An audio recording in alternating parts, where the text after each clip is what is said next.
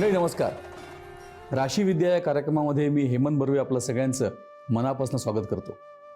मंडळी, अन्न वस्त्र निवारा या मूलभूत गरजा भागल्यानंतर माणसाला वेध लागतात ते भविष्याचे. आणि म्हणून जगातल्या जवळजवळ प्रत्येक जीवित माणसाला भविष्य या विषयात विलक्षण रस असतो. आज हा आपला भविष्यकथनाचा एक विस्तृत कार्यक्रम आपल्यासमोर घेऊन येत आहोत. आपल्यासोबत आहेत डॉक्टर विद्यालक्ष्मी, ज्या दत्त सांप्रदायिक यौगिक दीक्षा घेतलेल्या आहेत. 20 वर्षाहून अधिक काळापासून त्यांचा पत्रिका, हस्तशास्त्र, अंकशास्त्र अशा सगळ्या ज्योतिषाच्या अंगांशी विपुल अभ्यास आणि परिचय आहे. गेली अनेक वर्ष ते अमेरिका आणि युरोपमध्ये देखील ज्योतिष विषयामध्ये ज्ञान देत असतात. तर अशा डॉक्टर विद्यालक्ष्मी आपल्यासोबत आहेत. आपल्या सगळ्यांच्या मनात अनेक प्रश्न असतात, त्यातला एखादा प्रश्न मी त्यांच्यासमोर मांडीन.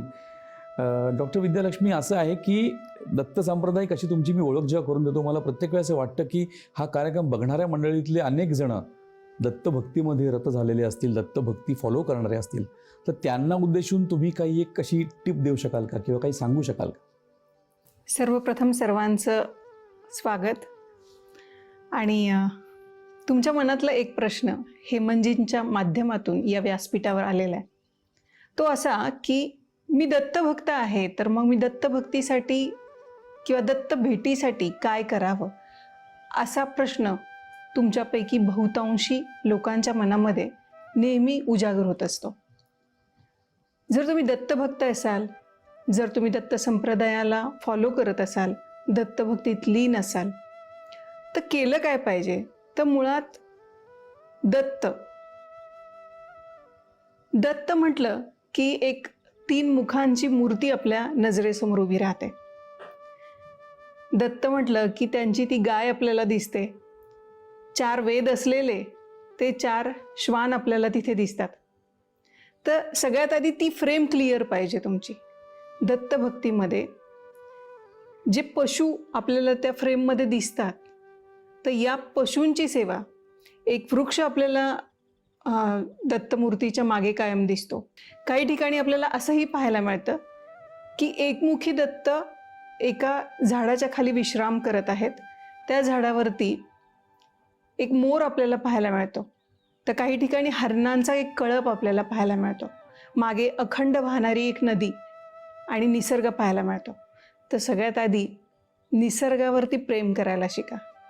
प्राण्यांवर, गायींवर, आणि कुत्रे असतील, मोर असतील, प्राणी असतील, या सगळ्यांवरती प्रेम करायला शिका.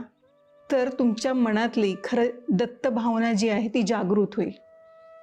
दुसरी गोष्ट काय, तर जेव्हा तुम्ही दत्तभक्तीत लीन असता, हे म्हणजे बऱ्याचदा आपल्याला असंही दिसतं की एखादी व्यक्ती एखाद्या देवतेला शरण जाते, पण तुम्ही जर त्याला 2 महिन्याने भेटला तर ती वेगळ्या देवतेला शरण गेलेली दिसते. म्हणजे आयुष्यात कुठलं तरी एक देवता जर कायम ठेवली तर तिच्यापर्यंत तुम्हाला पोहोचताही येतं. तसं दत्तभक्ती करत असाल तर आवर्जून तुम्हाला मी असं सांगेन की दत्तभक्ती करत असताना ठेच जरी लागली तरी तुमच्या तोंडून दत्तच बाहेर आला पाहिजे. म्हणजे इतकं तुम्हाला त्याच्यात इन्व्हॉल्व्ह होता आलं पाहिजे. त्यामुळे दत्त संप्रदाय असेल किंवा दत्तभक्ती असेल, त्याचे काही विशिष्ट नियम तुम्हाला पाळावे लागतात. त्याच्यातली पहिली गोष्ट, निसर्गावर प्रेम केलं पाहिजे, हिंसा टाळली पाहिजे. जर तुम्ही दत्तभक्ती करताय आणि दुसरीकडे एखादा कुत्रा तुमच्या वाटेवर आला तर विनाकारण तुम्ही त्याला दगड मारताय किंवा त्याला त्रास देताय, असं जर करत असाल तर ही दत्तभक्ती काही कामाची नाही. दुसरी गोष्ट, तुमचं जे खानपान आहे त्याच्यामध्ये तुम्हाला मुख्यतः शाकाहारी अन्न खाल्लं पाहिजे. या गोष्टींकडेही तुम्हाला प्रामुख्यानं लक्ष द्यावं लागेल. तर दत्तभक्ती करत असाल तर या सगळ्या गोष्टी आवर्जून पाळा. डॉक्टर विद्यालक्ष्मी, एक गमतीचा भाग बघा. सुरुवातीला मी अनाऊन्स केलं नव्हतं की तुम्ही या स्क्रोल नंबरला काय असेल तर फोन करा, पण लोकांना असे कार्यक्रम बघायची एवढी सवय झाली की आपल्याकडे एक फोन आलेला आहे. कल्याणी वाघमारे म्हणून आहेत. त्यांचा जन्म आहे 4 मे 2002चा, पहाटे 4:30 वाजताचा. विवाहविषयक काही त्यांनी सल्ला आहे का सांग विचारला आहे. मकर राशीची पत्रिका आत्ता आपल्या समोर आहे आणि या पत्रिकेनुसार श्रवण नक्षत्राची ही पत्रिका आहे. राहूची महादशा, शनीची अंतर्दशा चालू आहे तुला, आणि पत्रिकेतलं जर आपण एकंदर पत्रिका पाहिली तर सूचना अशी राहील की किमान येत्या एक 2-3 महिन्यांच्या नंतरचा जो काळ आहे त्याच्यानंतरच विवाहाचा विचार केला पाहिजे, किंवा जर पुढच्या 2-3 महिन्यात लग्न ठरलं तर ते साधारण एक 3 महिन्याच्या नंतरचा जो काळ आहे त्याच्यामध्ये ते झालं पाहिजे. या मुलीला अजून एक सूचना अशी राहील की फक्त घरात बसू नको, काही ना काहीतरी तुझं कार्य चालू ठेव, किंवा तुझ्या स्वतःच्या पायावरती सुद्धा तुला उभं राहण्याची गरज भविष्यात पडू शकते. कारण काहीही असेल त्याचा उहापोह मी इथे करत नाहीये. शक्य असेल तर प्रत्यक्ष भेटा. दादर, नवी मुंबई आणि पुणे या 3 ठिकाणी आम्ही तुम्हाला प्रत्यक्ष भेटत आहोत आणि तुम्हाला मार्गदर्शनही करत आहोत. दुसरा प्रश्न असा आहे, अहिल्यानगरहून प्रश्न आहे, म्हणजे आधीचं अहमदनगर. साक्षी कल्याणकर यांचा फोन होता. 28 जुलै 1998 ही जन्मतारीख आहे आणि सकाळी 7:10 जन्म आहे. विवाह आणि सरकारी नोकरी या दोन्हींसंबंधी मार्गदर्शन हवं होतं. आता या मुलीची पत्रिका आपल्याला पुन्हा एक आपल्या समोर आली. आपल्याला असं दिसतं की ही कर्क लग्नाची पत्रिका आहे. कर्क लग्न आणि राशी जी आहे ती कन्या राशीची पत्रिका आहे. उत्तरा फाल्गुनी नक्षत्राची ही पत्रिका आपल्या समोर येते. मुळात उत्तरा फाल्गुनी नक्षत्राचा स्वामी सूर्य असल्या कारणाने ही व्यक्ती अत्यंत महत्त्वाकांक्षी आहे. ही मुलगी जी आहे ती खूप ॲम्बिशियस, खूप महत्त्वाकांक्षी असल्या कारणाने तिचं अभ्यासाकडे तेवढं अवधान राहणार आहे, तेवढं लक्ष राहील. आणि ज्या पद्धतीची पत्रिका आहे ही, तर सरकारी नोकरीचे योग खूप जोरावर दिसतात. आणि त्या दृष्टीने जर ही पत्रिका पाहिली तर प्रायोरिटी सरकारी नोकरीकडे दे. साईड बाय साईड विवाहाचा ठरवण्याचा प्रयत्न करा. पण जर दोन्हीपैकी काय निवडावं असा जर प्रश्न करत असाल तर प्रश्न असाच आहे की पहिल्यांदा सरकारी नोकरीसाठी प्रयत्न करावा आणि त्याच्यानंतर विवाह ठरवण्यासाठी प्रयत्न करावा. पत्रिका एकंदर खूप चांगली आहे. जमीन या क्षेत्राशी निगडीत असलेली जी काही सरकारी नोकरी आहे त्याच्यासाठी प्रयत्न कर, तर तुला यश येईल. दुसरी एक गोष्ट महत्त्वाची, उत्तरा फाल्गुनी नक्षत्र आहे. थोडासा स्वभावामध्ये चिडचिडपणा दिसेल, तो अधिकार योगासाठी चांगला आहे, मात्र थोडासा रागावरती संयम असायला हवा. कारण उद्या विवाहानंतर ज्या काही गोष्टींना आपल्याला फेस करायचं आहे तर तिथे हा राग फार चांगला नाही आहे. तर मंडळी, हे होते आजचे 2 प्रश्न. कल्याणी वाघमारे आणि साक्षी कल्याणकर अशा दोघींनी आपल्याशी संपर्क साधला होता. पण या स्क्रोल लाईनवरती या एवढ्या छोट्याशा कार्यक्रमामध्ये सगळ्यांनाच संपर्क साधता येईल असं नाही. त्यामुळे ज्यांचे प्रश्न असतील, अधिक डिटेलवर माहिती हवी असेल तर नक्की आमच्याशी संपर्क साधा. आमच्या मुंबई किंवा पुणे ऑफिसला प्रत्यक्ष भेटा. त्यासाठी हा मुख्य कार्यक्रम आहे. आपल्यासोबत आहेत डॉक्टर के विकास, ज्यांचा 12 वर्षाहून अधिक काळापासून ज्योतिष, वास्तू, विज्ञान या सगळ्यांचा अभ्यास आहे आणि ज्योतिष वास्तू समुपदेशक अशी त्यांची ओळख आहे. औषध निर्माण शास्त्रामधली त्यांची पार्श्वभूमी आहे. डॉक्टर विकास, तुम्हाला प्रश्न असा विचारायचा होता की शिक्षण क्षेत्राशी निगडीत प्रश्न आयुष्यामध्ये अनेकदा उद्भवतात, त्यासंबंधी काय सांगाल? मुळात शिक्षण ही सध्या काळाची गरज झाली आहे. तर त्याच्यामुळे पूर्वीचा जो काळ होता की जिथं शिक्षणासाठी तेवढा वाव नव्हता, म्हणजे खेड्यापाड्यांमध्ये जर आपण बघितलं तर शाळा कॉलेजेस फार कमी होते आणि लांब लांबपर्यंत आपल्याला शिक्षणासाठी जावं लागायचं, किंवा स्त्रियांचा ज्या पद्धतीने त्यावेळी शिक्षणात तेवढा वाटा नव्हता तसाच पुरुषांचंही प्रमाण म्हणजे जुन्या काळामध्ये कमी होतं. पण आत्ता बघायला मिळते आपल्याला सगळी गावखेडी ही शिक्षणाच्या सगळ्या क्षेत्रांनी जोडली गेलेली आहेत आणि शिक्षण ही काळाची गरज बनली आहे, किंवा कॉम्पिटिशनच्या युगामध्ये शिक्षणाशिवाय पर्याय नाही असंही आपण म्हणू शकतो. त्याच्यामुळे जर तुमची मुलं शिकत असतील, भले ती छोट्या वर्गांमध्ये शिकत असतील किंवा डिग्री, डिप्लोमा किंवा मास्टरेट असे काही कोर्स करत असतील, तर त्यांच्या पत्रिका जर तुम्ही दाखवल्या नसतील तर त्यांच्या पत्रिका दाखवून घ्या. कारण पत्रिका हे तुमचं फार महत्त्वाचं कोष्टक आहे, जी लग्नकुंडली ज्याला आपण म्हणतो, की ते तुमच्या आयुष्याची दिशा ही तुम्हाला दाखवणार आहे. पत्रिकेत असे कोणते योग असतात की जे शिक्षणविषयक फार महत्त्वाचे असतात. मुळात शिक्षणासाठीची जी महत्त्वाची 2 स्थानं बघितली जातात ते म्हणजे पंचम स्थान आणि भाग्यस्थान. पंचम स्थान हे तुमचं पदवीपर्यंतचं शिक्षण आणि भाग्यस्थान हे तुमचं पदवीनंतरचं म्हणजे मास्टरेट किंवा त्याच्यापेक्षाही जर काही ॲडव्हान्स कोर्सेस असतील तर त्याच्यासाठी आपण भाग्यस्थान बघतो. चतुर्थ स्थानाचाही तेवढाच रोल पत्रिकेमध्ये शिक्षणासाठी आहे, कारण प्राथमिक शिक्षण हे आपण चतुर्थ स्थानावरनं बघतो. मग या स्थानातले ग्रह किंवा या स्थानामधले जे ग्रह आहेत ते कोणत्या नक्षत्रामध्ये बसले आहेत, या स्थानांवरती कोणत्या ग्रहांची दृष्टी आहे, किंवा या स्थानांचे भावेश हे पत्रिकेमध्ये कोणत्या प्रकारचे योग निर्माण करतायत हे सुद्धा तेवढंच महत्त्वाचं आहे. त्याच्यामुळे हे सगळे चांगले असणं किंवा चांगल्या स्थितीमध्ये असणं तर ते आपल्याला आपल्या शिक्षणातले अडथळे कमी करण्यासाठी मदत करतात. तर आपण जाऊयात एखाद्या पत्रिकेचं आणि त्याच्यातूनच आपण विश्लेषण बघूयात की कशा प्रकारे आपण पत्रिका या संदर्भातली मार्गदर्शन करतो ते. गुरुजी, आपल्याकडे प्रश्न आलेला आहे. त्या मॅडमचं नाव आहे मनस्वी थोरात. त्या मुंबईत राहतात. आणखीन त्यांची जन्मतारीख आहे 22 फेब्रुवारी 2005. जन्मवेळ आहे सकाळी 7:55. जन्मस्थळ आहे अमरावती. आणि प्रश्न असा आहे की मेडिकल शाखेतनं शिक्षण घ्यायचा विचार आहे, तर तो योग्य ठरेल का आणि भविष्यात त्याचा मला फायदा होईल का? नक्कीच बघूयात आपण. मनस्वी यांची पत्रिका माझ्यासमोर आहे आणि जर आपण पत्रिका बघितली तर ही मीन लग्नाची आणि कर्क राशीची पत्रिका असून पुष्य नक्षत्रातल्या 4थ्या चरणावरचा यांचा जन्म आहे.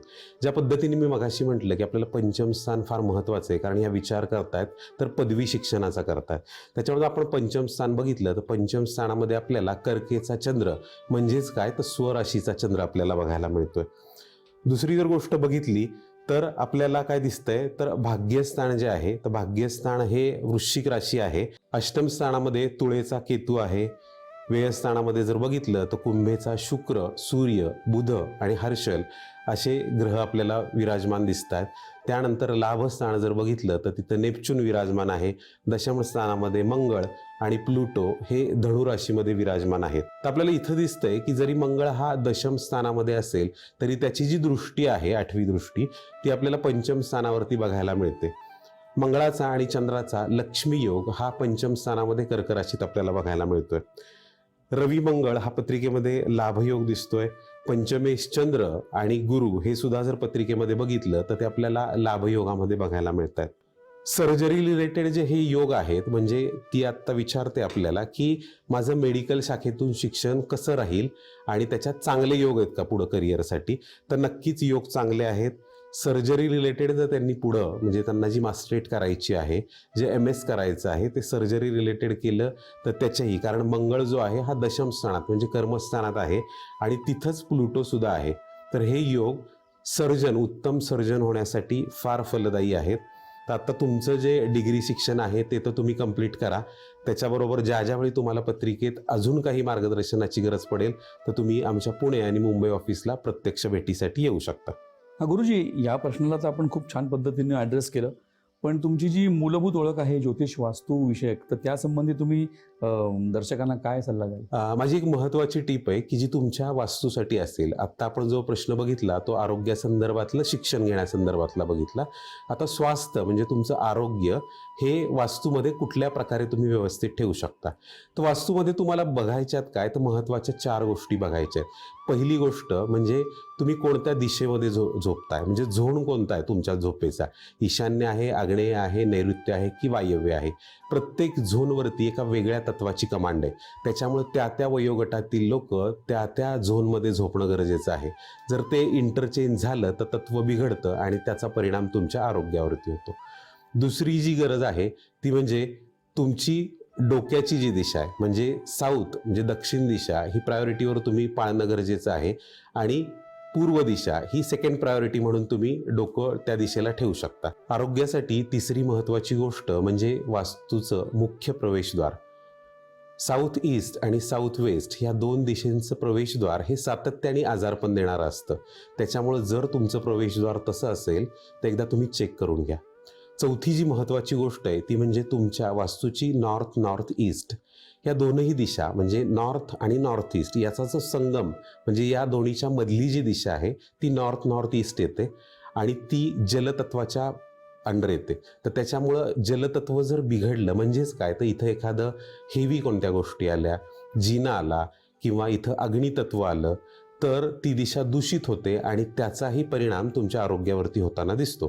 त्याच्यामुळे मला सांगायला आवडेल की तुमच्या वास्तूत अशा काही छोट्या मोठ्या गोष्टी दिसत असतील तर तुम्ही एकदा वास्तुपरीक्षण करून घ्या. आपली वास्तुपरीक्षक ऑल ओव्हर महाराष्ट्रामध्ये तुमच्या सेवेसाठी रुजू आहेत आणि तुमच्या जर पत्रिका दाखवायच्या असतील तर आम्ही पुणे आणि मुंबई इथल्या ऑफिसमध्ये तुमच्या प्रत्यक्ष भेटीसाठी उपलब्ध आहोत. त्या 3ही भागांमध्ये या स्क्रोल लाईनवरती जो नंबर आमचा येतोय त्या नंबरवरती आमच्याकडे संपर्क साधा.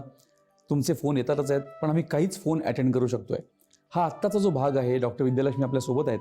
एका वेगळ्या विषयाला आपल्याला हात घालायचा आहे तो म्हणजे न्यूमरोलॉजी, अंकशास्त्र. जन्मपत्रिकेच्या व्यतिरिक्त आणखीन कुठल्या कुठल्या गोष्टी महत्त्वाच्या असतात म्हणजे तुमच्याकडे अनेक जण जातक म्हणून येत असतील, काहींच्याकडे पत्रिका असतील, काहींच्याकडे नसतील, किंवा पत्रिका जरी असली तरी तुम्हाला अचूक निर्णय घेण्यासाठी अधिक कुठल्या गोष्टी महत्त्वाच्या वाटतात? बऱ्याचदा बरेच लोक येतात आणि सांगतात की आमची जन्मतारीख कन्फर्म नाही आहे, सोमवारचा जन्म होता किंवा शिवरात्र होती किंवा पाडवा होता, असंही सांगणारे बरेच लोक असतात. अशा वेळी जर जन्मतारीख नसेल तुमची तर मग त्यावेळेस तुमचं फेस रिडिंग आणि हस्तरेषा याच्यावरून आपल्याला ती साधारण भाकितं करावी लागतात.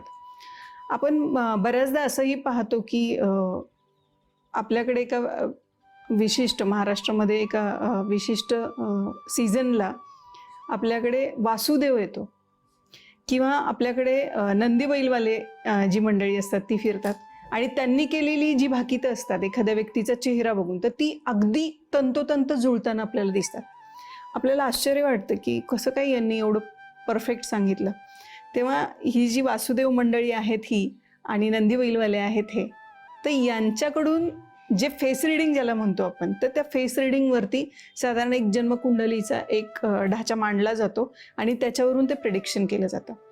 आणि त्याच्याच सोबत मग अंकशास्त्र आहे, वास्तुशास्त्र आहे, होराशास्त्र आहे. तर असं ज्योतिषशास्त्राच्या सोबतच ही काही शास्त्र आहेत जी त्याला पूरक आहेत आणि आपण ज्याला म्हणतो की त्या रिडिंगच्या अगदी तंतोतंत जवळ जाण्यासाठी ही शास्त्र त्याच्यासाठी पूरक ठरतात. बऱ्याचदा असं होतं की जर एखादा प्रश्नकर्ता समोर आलेला आहे तर मी सूचना करते त्यांना की बाबा तुम्ही प्रश्न विचारू नका, कारण ज्योतिषाचं काम हेच आहे की समोरचा जो प्रश्न करताय तो आलाय कशासाठी किंवा त्याच्या आयुष्यात सध्या काय चाललेलं आहे.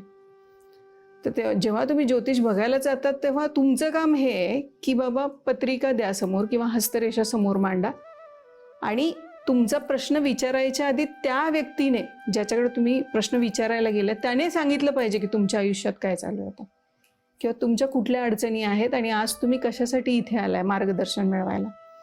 तर आपणही त्याच, मी म्हणा किंवा आपली टीम म्हणा, जेव्हा तुम्ही तिथे येता तेव्हा तो प्रश्न आम्ही आधी तुम्हाला सांगतो की या गोष्टीतून तुम्ही जात असाल आणि तुम्हाला या गोष्टी केल्या पाहिजेत आणि त्याच्यानंतर जर काही उरलं सुरलं असेल तर तुम्ही विचारा असं आम्ही सांगतो. बऱ्याचदा असंही होतं, प्रश्न करता आलेला असतो करिअरच्या संदर्भात विचारायला, पण पत्रिका तर सांगते की सरसलामत तो पगडी 50, आधी आरोग्य सांभाळ.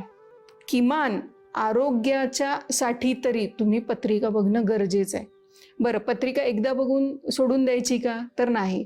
किंवा बऱ्याचदा तुम्ही येता आणि पूर्ण आयुष्याचं विचारत बसता की आयुष्यात काय होईल, कसं होईल, मग मी 80 वर्ष जगेन का, मी 90 वर्ष जगेन का. तर हे विचारण्यापेक्षा साधारण सरासरी हे वर्ष कसं जाईल, आरोग्य, शारीरिक, आर्थिक, मानसिक या पातळ्यांवरती आरोग्य कसं जाईल हे पहिल्यांदा तुम्ही समजून घेतलं पाहिजे. आज तुम्ही सांगताय आजचा जमाना हा तसा सोशल मीडियाचा जमाना आहे, त्यामुळे एक सामान्य ज्ञान ज्याला म्हणतो जनरल नॉलेज ते पण लोकांचं खूप असतं. तर एक विषय असा होता की या न्यूमरोलॉजी विषयामध्ये भाग्यांक आणि मुलांक हे दोन शब्द म्हणून अनेकांच्या परिचयाचे असतात, पण त्यातला नेमका फरक किंवा काय सांगाल तुम्ही, भाग्यांक मुलांक? आजही बऱ्याच जणांना हा प्रश्न पडतो की नक्की मुलांक काय आधार देईल, भाग्यांक काय, किंवा मुलांक म्हणजे काय आणि भाग्यांक म्हणजे काय, हा जो एक प्रश्न जनरली तुमच्या मनात उपस्थित राहतो. मुलांक म्हणजे जी तुमची जन्मतारीख आहे, म्हणजे समजा तुमची जन्मतारीख असेल 24 ऑक्टोबर 1990, तर या केसमध्ये 24 म्हणजे 2 अधिक 4 याची जी बेरीज येईल 6, हा तुमचा मुलांक ठरेल. आणि 24/10/1990 याची सगळ्याची जर बेरीज केली म्हणजे 2 अधिक 4 अधिक 1 अधिक 0 अधिक 1 9 9 असं सगळ्यांची जर बेरीज केली तर ती जी टोटल मिळेल तुम्हाला ती असेल तुमचा भाग्यांक. तर या विषयाला खूप खोली आहे, म्हणजे अंकशास्त्र हा विषय स्वतः मुळात खूप ताकदीचा विषय आहे. म्हणजे जर तुम्हाला तुमची जन्मतारीख माहीत असेल आणि जन्मवेळ माहीत नसेल तर फक्त त्या जन्मतारखेवरून जी काही भाकितं होतात किंवा ज्या काही सूचना मिळतात त्या सुद्धा खूप महत्त्वाच्या ठरू शकतात. आपण जर बघितलं तर शास्त्रामधला बऱ्याच अंशी, म्हणजे अगदी ज्योतिषशास्त्रच म्हणा, ज्योतिषशास्त्र पाहत असताना त्याचा जो बेस आहे तो गणिताशी निगडित आहे. म्हणजे जे तुमच्यापैकी ज्योतिषशास्त्र शिकलेली मंडळी आहेत किंवा जे शिकवतात ती मंडळी असतील तर त्यांनी पहा, कधी कधी तर लॉग आणि अँटी लॉग काढून काही आकडे काढावे लागतात आणि त्याच्यावरून ते आपण कुंडलीचं जे कोष्टक मांडतो ना त्याच्यातली जी गणित आहेत, किती अंशावरती कोण आहे, कोण कुठे बसलेलं आहे, तर ते जे गणित आहे त्याच्यासाठी सुद्धा ती आकडेमोड गरजेची, गणित गरजेचं आहे. नमक चमक, रुद्रामध्ये जेव्हा आपण नमक चमक म्हणतो तेव्हा तुम्हाला तेही माहीत असेल की नमक चमकमध्ये सुद्धा आपल्याला काही आकड्यांची पुनरावृत्ती पाहायला मिळते. तर गणित हा विषय खूप महत्त्वाचा आहे आणि त्या दृष्टीने अंकशास्त्रही खूप महत्त्वाचं आहे. तर मंडळी, आजचा हा तिसरा सेगमेंट या ठिकाणी संपतो आहे. राशीविद्या कार्यक्रम दररोज पाहत राहा आणि मुख्य म्हणजे या स्क्रोल लाईनवरती आमच्याशी संपर्क न साधता आला तर जरूर तुम्हाला जेव्हा वेळ असेल तेव्हा आमच्या मुंबई किंवा पुणे कार्यालयामध्ये प्रत्यक्ष भेटीसाठी हा नंबर डायल करा आणि आपल्या आयुष्यातले प्रश्न सोडवा. तर आपण निरोप देऊया डॉक्टर विद्यालक्ष्मींना. नमस्कार.